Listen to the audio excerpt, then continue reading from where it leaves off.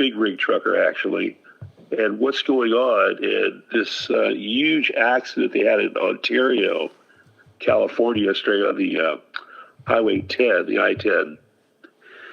And I saw the video of the actual accident, and it was just jaw-dropping, devastating. That truck, according to witnesses, and the camera, when I saw it, the dash cam, did not even hit the brakes. And he took out cars, 3 other big rigs.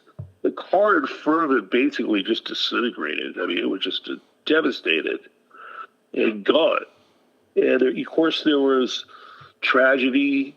I think 3 or 4 deaths, maybe up to 4 now, injuries, and the traffic problem created.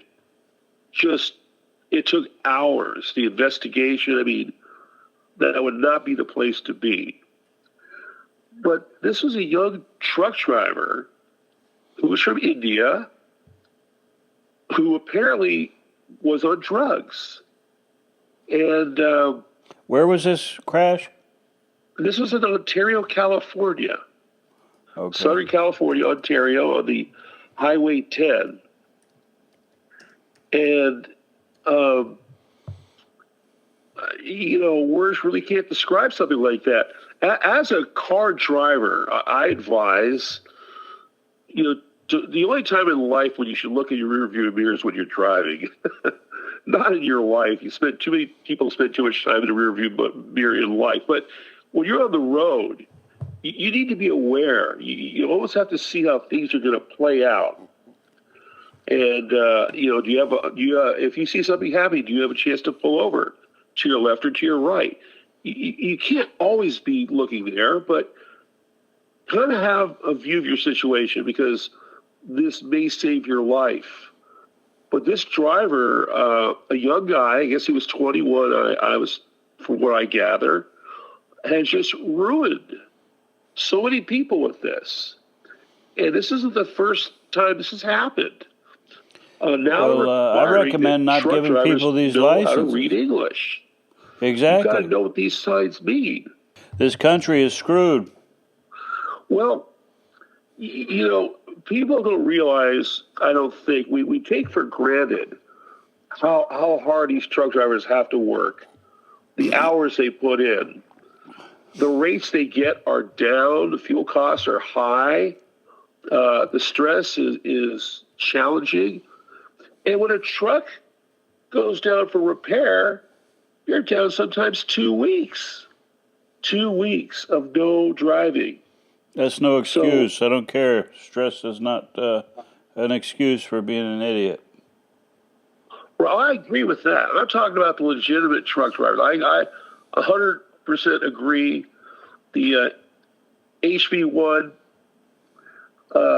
visa was supposed to be for people with special talents, and as I mentioned in our other video, who were maybe into the sciences, the medical industry. Only ones I see that are highly skilled, highly talented at the top levels are the ones who went to school over here. Right. I agree with you on that one. But it seems like a loophole letting these people in. And I've seen these truck drivers get out of their trucks sometimes when I pull up at a truck gas station. They're wearing sandals. I mean, is that what you're supposed to wear when you drive a big rig? Wearing sandals? I've seen it. I couldn't believe it.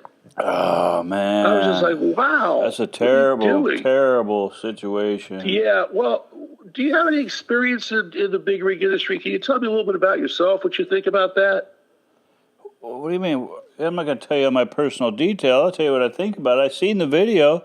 The guy just going full speed crashes right into those cars. You know, well, that's what I was looking for. The guy was sleeping. He was sleeping. I had to ask. He was sleeping, or he's on drugs, like they say. I mean, he wasn't paying attention. Who knows what he was doing? Could have been watching porno on his phone while he's driving. And that's the terrible tragedy of the society and these drivers. The smartphones, all the drugs. You know, they start smoking weed and high school at 10 years old. It goes into other drugs. It's just rampant. I don't know what the solution is, but certainly isn't this. Well, according to the National Trucking Association, there's a shortage of 50,000 drivers. And as you and I know, trucking is the lifeblood of any country because you've got to get the goods, you got to get the foods, you got to get whatever it may be to where it has to go. People consume, they need these items, and you know, that's what a trucker does. And I know they put in long hours, as I mentioned. I know the job can be stressful. When I drive, I make sure I give that trucker in front of me plenty of room if I happen to go in front of him. Because I know that if I cut him off, man, he hits the brakes, and this could cause a major accident. I don't think people realize that you've got to treat the road differently when you're getting near a trucker. You've got to almost think from their way of thinking. Do they have time to hit the brakes? Can they make this turn they want? Let him get over if you have to. Let the trucker take that exit if he has to. Cut him a break. These guys have a very difficult job. I don't think I could drive a truck. I mean, I've driven big trucks, but nothing like a big rig. No, that's something that I have a fear of. Maybe well, it looks someday, like people are really pissed off about get out this. to the open road and give it a shot. You never know if I can learn, but like anything, there's an initial fear, and maybe once you get over it and you have the proper training, you can get good at it. But again, the fuel costs, the repair costs, the long hours, these guys are in a way, if they have the training, they're somewhat heroes, and I do respect them because we don't appreciate what they have to do. You know, too many people are like that. But what do we do to prevent this?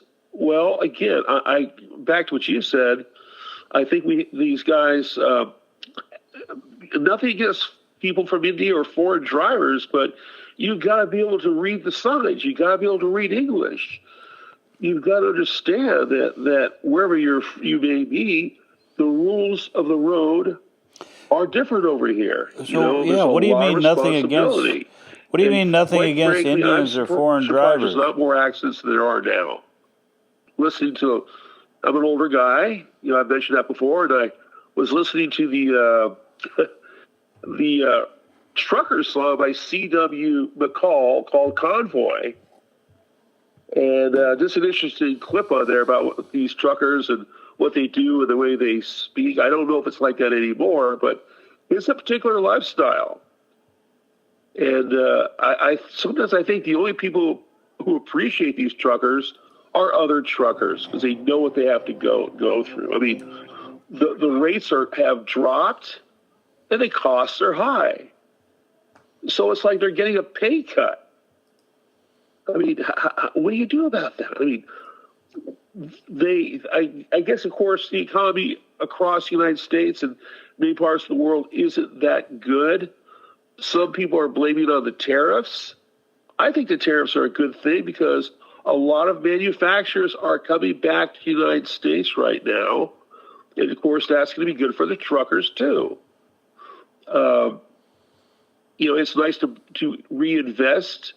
This is our country. We should be number one. We should think about that. And we should, if possible, buy what's manufactured here in America, which always can't be done. But that also helps the truckers. Right. So that's the whole situation in a nutshell, is trying to see life as a trucker, knowing what they have to go through, how they get cut off on the road, the high cost of repairs. It takes them out of the loop, off the road. They don't make money. It will also no. Disagree 100%. Sleep they have. Disagree 100%. I mean, that's typical. This driver crashes into, kills 3 people, doesn't even hit the brakes, and you go into, we need to have sympathy for the truck driver. Well, I'm talking about the qualified truck driver, my noble associate, my qualified truck driver. Not some guy who's all drugged out who probably doesn't have the proper training, probably wearing sandals while he's driving, and just doesn't give a crap. I mean, how do you not hit the brakes at all? It shows he was not paying attention. For the qualified truck driver. He was not paying attention, or he was sleeping. Pardon me? He was not paying attention, or he was sleeping. I don't know. As I said, they found drugs in his system. That could be the alternative thing. Maybe he was hallucinating.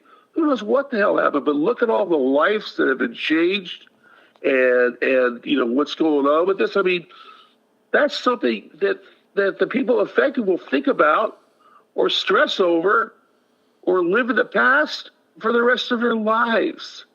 How do you know, your father's gone now, the breadwinner's gone, your uncle, whoever may have been, got taken out. He hit 3 other big rigs. Can you believe that? Let me ask you, how's this guy getting a driver's license if he doesn't know how to read the signs? You know, that's like up there with the, you know, one of the mysteries of life, like Sasquatch, UFOs, and a Loch Ness Monster. I don't know. I mean, what did he pay somebody off? I think they're just giving them the licenses. They're probably taking in their own language. Yeah, it may be a fake license. We don't know. Maybe he learned something where he was, how to drive, and over there, and thought he could bring his talents over here. I would hate to see the rules and regulations in foreign countries on driving. Maybe in some places they may be more stringent. In possible third world countries, anything goes. Kind of like watching the old Mel Gibson movie, The Road Warriors. But this is going to, hopefully, something good will come out of this. Something good, like some possible rule changes, being more stringent. I know President Trump is charging supposedly $100,000 for these new visas to come in. I mean, that should screen some people out. I don't think so. Is that $100,000 per person? Go ahead. Is that $100,000 per person or per company who's going to be bringing them in? $100,000 per person would be. I don't think so. I have a feeling it's $100,000.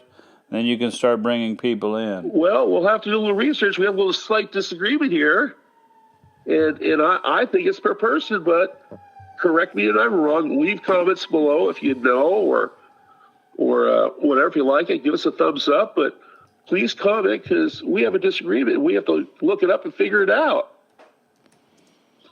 So if you have any comments on that, I believe it's per person. My friend Raymond here does not. So yeah, we'll look it up. We'll take the help. And between him and I, loser's gonna have to buy lunch. Anyway, so back to the truck thing. Just to reiterate, I think that the qualified truckers demand a lot of respect. I don't envy them. I like the sense of freedom. I've always liked to be on the open road and enjoy the beautiful surroundings, but there's a lot of responsibility with all the weight in the back of that truck, decisions you have to make. Those guys are probably looking down the road. I mean, they have in many situations almost as much responsibility as a commercial airline pilot when you think about it. Because a lot of lives are in your hands, depending on your driving technique, decisions you make, and the time of day you're going, where you're going, weather conditions. Do we even think about that? I think there was a series called Alaskan Truckers or something, or a few years ago. I never really watched it, but I'm going to after this, because you go through a lot. I mean, wow, it takes a special person. So well, we just can't give that license out to anybody. We need more stringent rules and maybe more training.